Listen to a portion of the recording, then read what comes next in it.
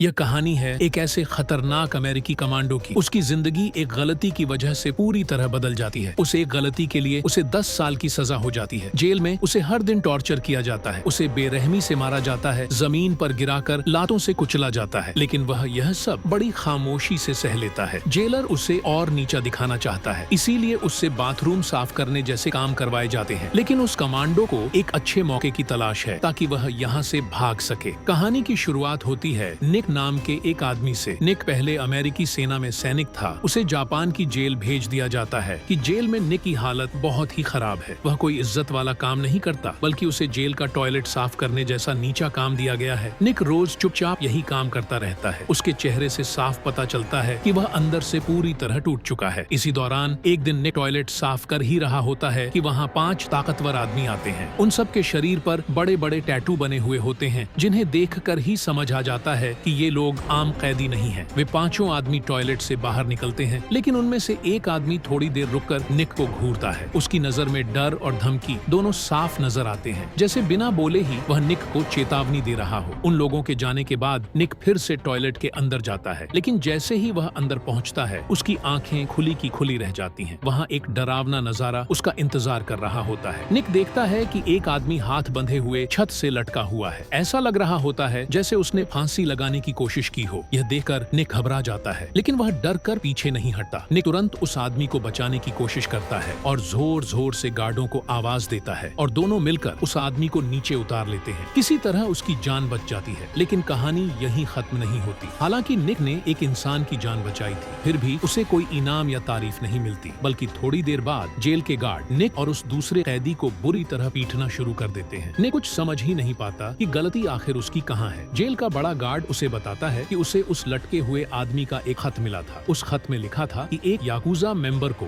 Jail से बाहर निकालने की योजना बनाई गई है। निक को जापानी भाषा नहीं आती, इसलिए वह ठीक से कुछ समझ नहीं पाता। जब वह सवाल पूछने की कोशिश करता है तो गार्ड और ज्यादा गुस्सा हो जाता और निक को एकांत कमरे में बंद करने का आदेश दे देता है। जब निक एकांत कमरे में पहुंचता है तो उसे एक और बड़ा झटका लगता है। वह देखता है कि उसी कमरे में वही आदमी बंद है जिसकी जान उसने बचाई थी। वह आदमी निक को अपना नाम बताता है, कियोशी। कियोशी बताता है कि वह शिरामात्सु याकुजा गैंग का सदस्य है, यानी वही ताकतवर गैंग जिसके लोग निक ने पहले टॉयलेट में देखे थे। कियोशी धीरे धीरे निक को सच्चाई बताता है। वह कहता है कि उसने सच में आत्महत्या की कोशिश नहीं की थी, बल्कि यह सब एक नाटक था। उसका प्लान था कि गार्ड उसे अस्पताल ले जाए और वहीं से उसका गैंग उसे जेल से बाहर निकाल ले। कियोशी निक से मदद मांगता है और उसे भरोसा दिलाता है कि अगर वह इस प्लान में मदद करेगा तो शिरामात्सु गैंग आगे चलकर निक का पूरा साथ देगा। निक पहले तो डरता है, लेकिन फिर उसे लगता है कि जेल में उसकी जिंदगी वैसे भी बर्बाद हो चुकी है। आखिरकार वह कियोशी की मदद करने के लिए तैयार हो जाता है। दोनों मिलकर एक खतरनाक योजना बनाते हैं। निक जेल के आसपास काम कर रहे कैदियों से छोटे छोटे पत्थर इकट्ठा करता है। फिर वह उन पत्थरों को धीरे धीरे घिसकर तेज बनाता है ताकि कियोशी उसे इस्तेमाल कर सके। कुछ दिनों बाद प्लान को अंजाम देने का समय आता है। कियोशी उस तेज पत्थर से खुद को घायल करने का नाटक करता है। जैसे ही खून निकलता है, निक जोर जोर से गार्डों को बुलाता है और ऐसा दिखाता है जैसे वह उसकी जान बचाने की पूरी कोशिश कर रहा हो। गार्ड घबरा जाते हैं। वे तुरंत अलार्म बजाते हैं और कियोशी को अस्पताल ले जाने की तैयारी करते हैं। यहीं से कियोशी का प्लान कामयाब हो जाता है। इसी घटना के बाद निक को समय से पहले जेल से रिहा कर दिया जाता है। जेल से बाहर आते ही निक बाल कटवाता है, दाढ़ी बनवाता है और बिल्कुल नए इंसान जैसा दिखने लगता है। जेल के बाहर एक कार पहले से उसका इंतजार कर रही होती है। निक को सीधे ओसाका ले जाया जाता है, जहाँ शिरामात्सु याकुजा गैंग का दफ्तर होता है। वहाँ गैंग के लोग निक का सम्मान के साथ स्वागत करते हैं और उसकी मदद के लिए धन्यवाद देते हैं। फिर गैंग का एक बड़ा नेता निक को एक काम का ऑफर देता है। इस काम में निक को एक अमेरिकी आदमी के साथ गैंग के बिजनेस की देखरेख करनी होती है। निक बिना ज्यादा सोचे यह ऑफर स्वीकार कर लेता है और यहीं से निक की जिंदगी पूरी तरह बदलने लगती है। शाम होते ही निक अकेले बाहर निकलता है। वह एक जुआ घर और बार में जाता है, जहाँ लोग शराब पी रहे होते हैं और पैसे दांव पर लगाए जा रहे होते हैं। शिरामात्सु गैंग का एक आदमी निक को रहने और खर्च के लिए पैसे देता है ताकि वह बिना किसी टेंशन के यहाँ रह सके। उसी बार में निक की नजर एक खूबसूरत जापानी लड़की पर पड़ती है। वह लड़की बिल्कुल अलग लगती है। निक उसे देखते ही पसंद करने लगता है। लड़की भी निक को ध्यान से देखती है। यहीं से निक की जिंदगी धीरे धीरे एक नए रास्ते पर चल पड़ती है। अगले दिन कियोशी निक को एक बड़े कारखाने में लेकर जाता है। वहाँ निक की मुलाकात एक अमेरिकी आदमी से होती है जिसका नाम है एंथनी पनेटी। निक को बताया जाता है कि उसका काम पनेटी से बात करना है। असल में पनेटी की धातु बनाने की फैक्ट्री है और शिरामात्सु शिरामात्सु गैंग उसके साथ बिजनेस करना चाहता है, लेकिन पनेटी ने पहले शिरामात्सु का ऑफर ठुकरा दिया था। समस्या यह भी थी कि पनेटी को सीजू गैंग की तरफ से भी एक सौदे का ऑफर मिला था। सीजू गैंग ने उसे एक अमेरिकी आदमी के जरिए डील करने का भरोसा दिया था। जब निक उससे मिलने जाता है तो पनेटी ठीक से बात भी नहीं करता। वह जापानी लोगों और याकुजा गैंग्स का मजाक उड़ाता है। वह साफ साफ कह देता है कि वह अपनी फैक्ट्री की धातु सस्ते में शिरामात्सु गैंग को नहीं देगा। निक समझ जाता है कि यहाँ सिर्फ बातों से काम नहीं बनेगा। अचानक वह पास रखी टाइपराइटर मशीन उठाता है और उसे पनेटी के सिर के पास जोर से मार देता है। यह देखकर पनेटी डर जाता है। उसका सारा घमंड उतर जाता है। अब वह सोचने पर मजबूर हो जाता है और आखिरकार शिरामात्सु गैंग के ऑफर पर विचार करने को तैयार हो जाता है। इस तरह निक का पहला मिशन सफल हो जाता है। इसके बाद शिरामात्सु गैंग के कुछ अधिकारी निक को फिर से एक बार और जुआ घर में ले जाते हैं। इस बार वहाँ कियोशी भी मौजूद होता है। सब लोग बैठकर शराब पी रहे होते हैं। तभी अचानक सीजू गैंग के कुछ लोग उस बार में आ जाते हैं। वे पनेटी के सौदे से नाराज होते हैं और निक को उकसाने लगते हैं। सीजू गैंग का एक आदमी बार बार निक को ताना मारता है। निक का गुस्सा धीरे धीरे बढ़ता जाता है और अचानक निक उस आदमी के सिर पर शराब की बोतल मार देता है। बार में हंगामा मच जाता है। शिरामात्सु गैंग के लोग अपनी बंदूकें निकाल लेते हैं, लेकिन हालात बिगड़ने से पहले सब लोग वहाँ से निकल जाते हैं। निक की यह हिम्मत कियोशी को बहुत पसंद आती है। उसे लगता है कि निक आम आदमी नहीं है, इसलिए कियोशी निक को एक आलीशान अपार्टमेंट देता है और उसे शिरामात्सु गैंग में शामिल होने का ऑफर करता है। निक यह ऑफर मान लेता है। कुछ समय बाद कियोशी फिर निक को बुलाता है। इस बार एक नया काम होता है। एक बार का मालिक शिरामात्सु गैंग के खिलाफ जाने लगा था और इलाके पर कब्जा करना चाहता था। कियोशी और निक उससे बात करने की कोशिश करते हैं, लेकिन बात फिर से बिगड़ जाती है। तभी निक उस आदमी की गर्दन पर वार करता है और वह नीचे गिर जाता है। इसके बाद कियोशी उसे चाकू मारकर खत्म कर देता है। काम पूरा होने के बाद कियोशी निक को शिरामात्सु गैंग के एक नाइट क्लब में ले जाता है। वहीं निक फिर से उस खूबसूरत लड़की को देखा है जिससे उसकी पहली मुलाकात हुई थी। वह लड़की स्टेज पर डांस कर रही होती है। निक बार बार उसकी तरफ देखता रहता है। कियोशी यह सब नोटिस कर लेता है। वह अचानक उस लड़की को डांस फ्लोर से हटा देता है और उसे डांटा है। कियोशी डरता है कि कहीं सीजू गैंग का कोई आदमी क्लब में घुसकर उसकी छोटी बहन को नुकसान न पहुंचा दे। तभी पता चलता है कि वह लड़की मियू है, यानी कियोशी की छोटी बहन कियोशी। निक से कहता है कि वह मियू को सुरक्षित घर छोड़ आए। निक मियू को घर ले जाता है। मियू मजाक में निक को अंदर आने के लिए छेड़ती है। धीरे धीरे दोनों के बीच करीबी बढ़ जाती है। निक देखता है कि मियू की पीठ पर याकुजा का टैटू बना हुआ है। इससे साफ हो जाता है कि वह भी इस दुनिया से जुड़ी हुई है। अगले दिन कहानी में फिर एक नया मोड़ आ रहा है। कियोशी निक को एक और खतरनाक मिशन के लिए बुलाता है। इस बार उन्हें एक अमेरिकी सैनिक से हथियार खरीदने होते हैं। कियोशी साफ कह देता है कि उस सैनिक को यह बिल्कुल नहीं पता चलना चाहिए कि यह सौदा शिरामात्सु गैंग के लिए हो रहा है और यहीं से निक और भी गहराई से याकुजा की दुनिया में फंसता चला जाता है। इस बार निक को यह काम अकेले करना होता है। वह तय समय पर सीधे बंदरगाह पहुंचता है, जहां उसे उस अमेरिकी सैनिक से हथियारों की डील करनी थी। लेकिन वहां पहुंचते ही निक को कुछ अजीब महसूस होता है। सैनिक दिखाई नहीं देता। उसकी जगह उसे एक लाश पड़ी हुई दिखती है। निक अभी सोच ही रहा होता है कि अचानक सीजू गैंग के लोग चारों तरफ से वहां आ जाते हैं। अब निक समझ जाता है कि यह कोई आम मुलाकात नहीं थी, बल्कि एक जाल था। सीजू गैंग के लोग हथियारों की खरीद को रोकना चाहते थे और साथ ही निक के पैसे भी छीनना चाहते थे। लेकिन निक पहले से ही होशियार था। वह अपने सारे पैसे कार में छिपा चुका था। सीजू गैंग के लोग काफी ढूंढते हैं, लेकिन उन्हें पैसे नहीं मिलते। इस बात से वे बहुत ज्यादा गुस्सा हो जाते हैं। अब वे तय कर लेते हैं कि निक को जिंदा नहीं छोड़ा जाएगा। सीजू गैंग का एक आदमी निक के पास आता है और उसे धमकाता है। वह कहता है कि अगर वह उनकी बात नहीं मानेगा तो उसे घुटनों के बल बैठना पड़ेगा। शुरुआत में निक जान बचाने के लिए उनकी बात मान लेता है। वह धीरे से नीचे बैठता है, लेकिन अंदर ही अंदर निक सही मौके का इंतजार कर रहा होता है। अचानक वह अपनी ताकत और चालाकी दिखाता है और जोरदार हमला कर देता है। कुछ ही पलों में निक सीजू गैंग के 2 आदमियों को मार देता है। घाट पर पूरा हंगामा मच जाता है। इस लड़ाई की खबर जल्दी ही शिरामात्सु गैंग के नेता तक पहुंच जाती है। नेता तुरंत निक, कियोशी और अपने सारे लोगों को इकट्ठा करता है। शिरामात्सु के नेता को इस बात पर शक होता है कि शायद किसी ने हथियारों की खरीद की जानकारी सीजू गैंग तक पहुंचा दी है। हालांकि कियोशी पूरी जिम्मेदारी लेता है और नेता को यकीन दिलाता है कि निक के लाए हुए $20 लाख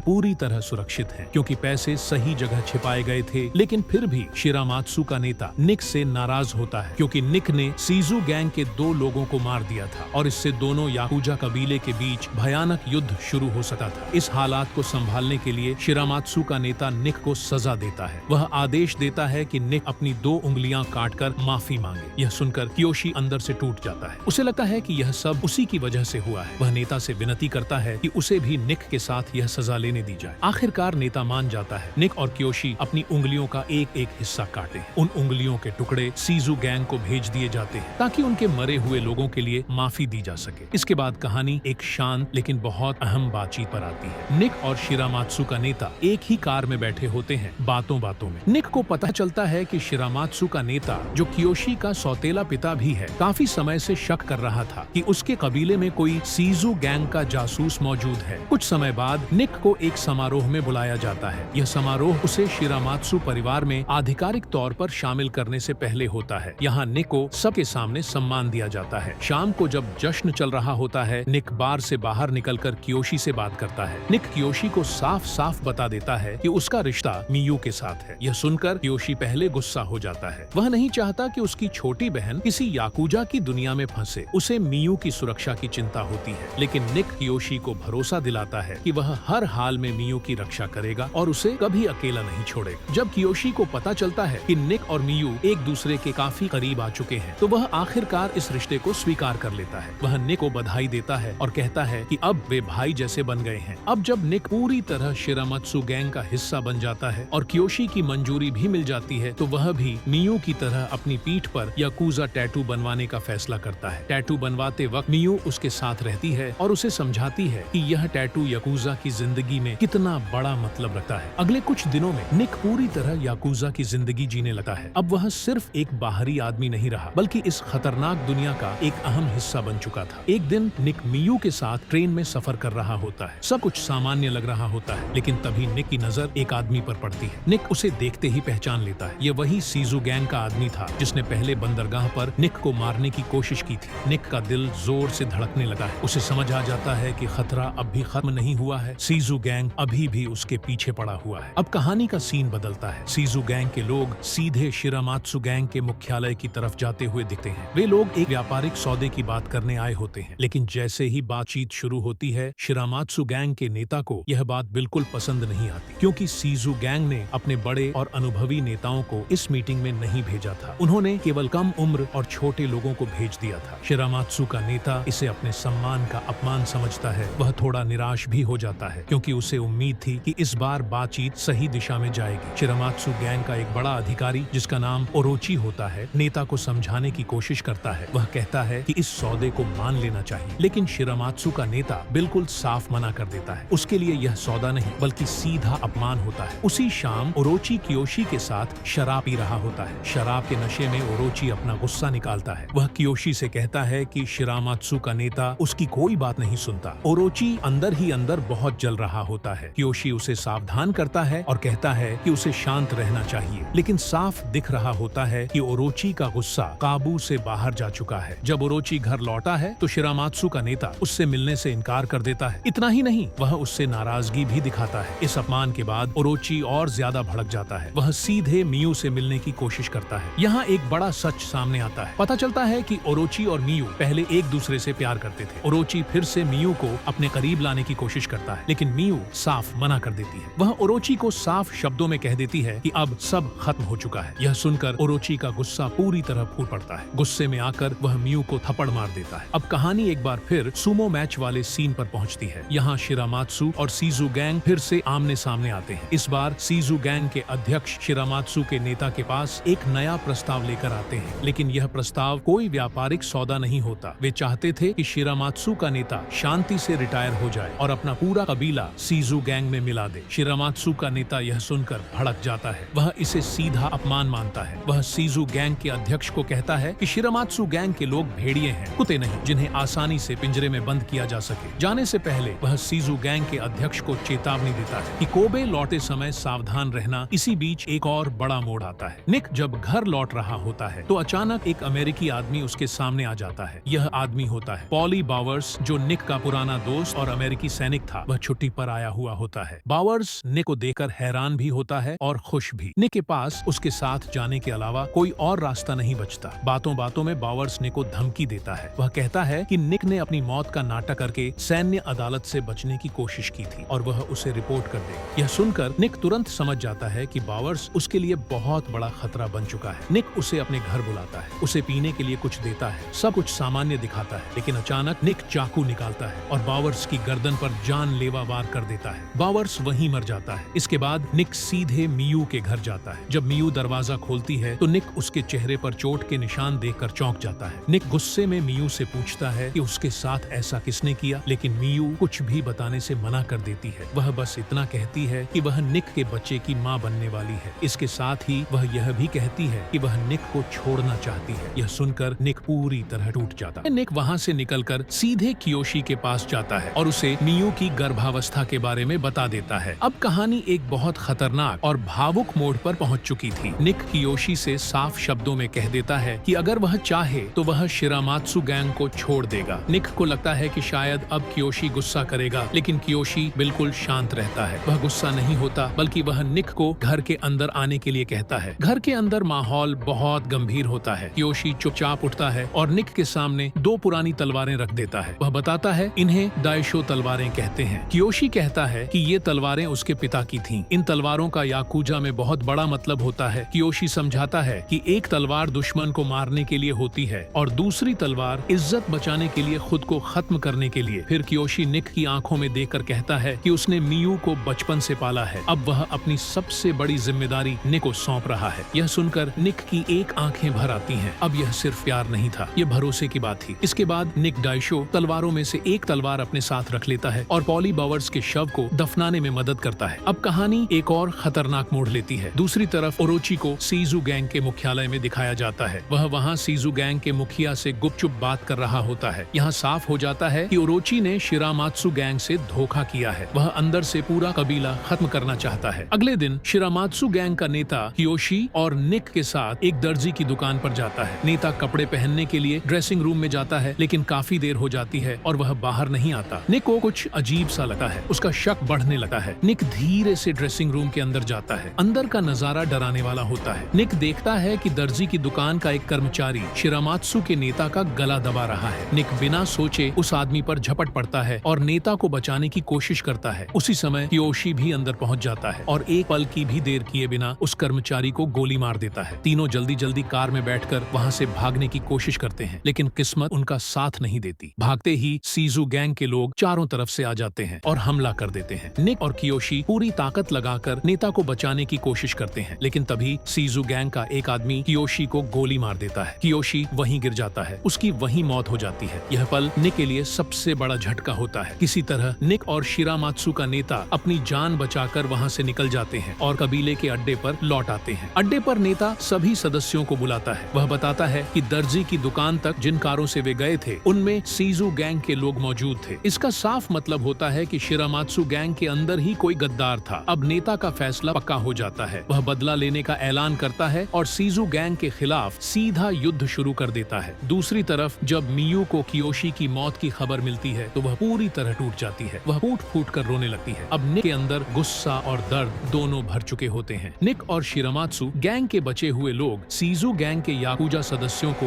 एक एक करके मारना शुरू कर देते हैं। एक मौके पर निक सीजू गैंग के एक बड़े अधिकारी को खुली धमकी देता है। ऐसा लगने लगता है कि शिरामात्सु गैंग यह युद्ध जीत ही जाएगा, लेकिन तभी सीजू गैंग का नेता एक छोटा सा लड़का शिरामात्सु के अड्डे पर भेजता है। वह लड़का एक संदेश देता है। संदेश होता है कि युद्ध खत्म करने के लिए बिना हथियारों के एक तटस्थ जगह पर आमने सामने लड़ाई होगी। शिरामात्सु का नेता इस प्रस्ताव को स्वीकार कर लेता है। वह निक और बाकी लोगों को बंदरगाह पहुंचने का आदेश देता है। जब सभी लोग बंदरगाह पहुंचते हैं तो वहां एक चौंकाने वाला दृश्य सामने आता है। सीजू गैंग का चेयरमैन ओरोची के साथ आता है और यहीं से कहानी अपने सबसे खतरनाक मोड़ पर पहुंच जाती है। बंदरगाह पर सब लोग आमने सामने खड़े होते हैं। माहौल इतना तनाव भरा होता है कि किसी की भी सांस तेज चलने लगती है। तभी ओरोची सबके सामने एक बड़ा सच कबूल करता है। वह खुलेआम कह देता है कि शिरामात्सु गैंग से धोखा उसी ने किया था। यह सुनकर शिरामात्सु गैंग के लोग हैरान रह जाते हैं। शिरामात्सु का नेता ओरोची को बहुत प्यार करता था। वह उसे अपने बेटे जैसा मानता था। नेता का दिल पिघल जाता है। वह ओरोची को माफ कर देता है और कहता है कि वापस चलो, सब कुछ पहले जैसा हो जाएगा। ओरोची धीरे धीरे आगे बढ़ता है। दोनों गले मिलते हैं, लेकिन तभी एक पल में सब कुछ बदल जाता है। ओरोची अचानक अपनी जेब से चाकू निकालता है और सीधे शिरामात्सु के नेता के सीने में घोंप देता है। नेता वहीं गिर पड़ता है। उसकी मौत हो जाती है। यह देखकर शिरामात्सु गैंग के लोग कुछ भी नहीं कर पाते, क्योंकि चारों तरफ सीजू गैंग के हथियारबंद लोग उन्हें घेर चुके होते हैं। ओरोची जोर से ऐलान करता है कि शिरामात्सु गैंग अब खत्म हो चुका है। फिर वह निक की तरफ देखता है और कहता है कि वह निक को तब तक जिंदा छोड़ेगा जब तक निक मियू को छोड़ देता है, लेकिन निक उसकी बात सुनता ही नहीं। निक गुस्से में हमला करने के लिए आगे बढ़ता है। तभी अचानक दूर से एक स्नाइपर निक के पैर में गोली मार देता है। निक जमीन पर गिर जाता है। उसी वक्त दूसरी तरफ पुलिस शिरामात्सु गैंग के मुख्यालय पर छापा मार देती है और पूरा अड्डा आग में जल जाता है। अब निक के पास खोने के लिए कुछ भी नहीं बचता। उसी रात निक चुपके से मियू के घर में घुसता है। वहाँ सेइजू गैंग की सुरक्षा होती है। निक किसी तरह मियू को अपने साथ निकाल लाता है। फिर वह कियोशी की दी हुई डाइशो तलवार उठाता है और सीधे सेइजू गैंग के मुख्यालय पहुँचता है। निक पूरे हौसले के साथ सेइजू गैंग के सामने खड़ा होकर ओरोची को मारने की अनुमति मांगता है, लेकिन ओरोची निक की तलवार वापस उसकी तरफ फेंक देता है। वह कहता है कि वह निक से नहीं लड़ेगा। उसका कहना होता है कि निक एक विदेशी है और वह कभी पूरा याकुजा नहीं बन सका। जैसे ही निक को अपनी तलवार वापस मिलती है, वह एक पल भी नहीं सोचता और अगले ही पल ओरोची का सिर काट देता है। पूरा सेइजू गैंग हैरान रह जाता है। एक आदमी निक पर गोली चलाने ही वाला होता है, लेकिन सेइजू गैंग का नेता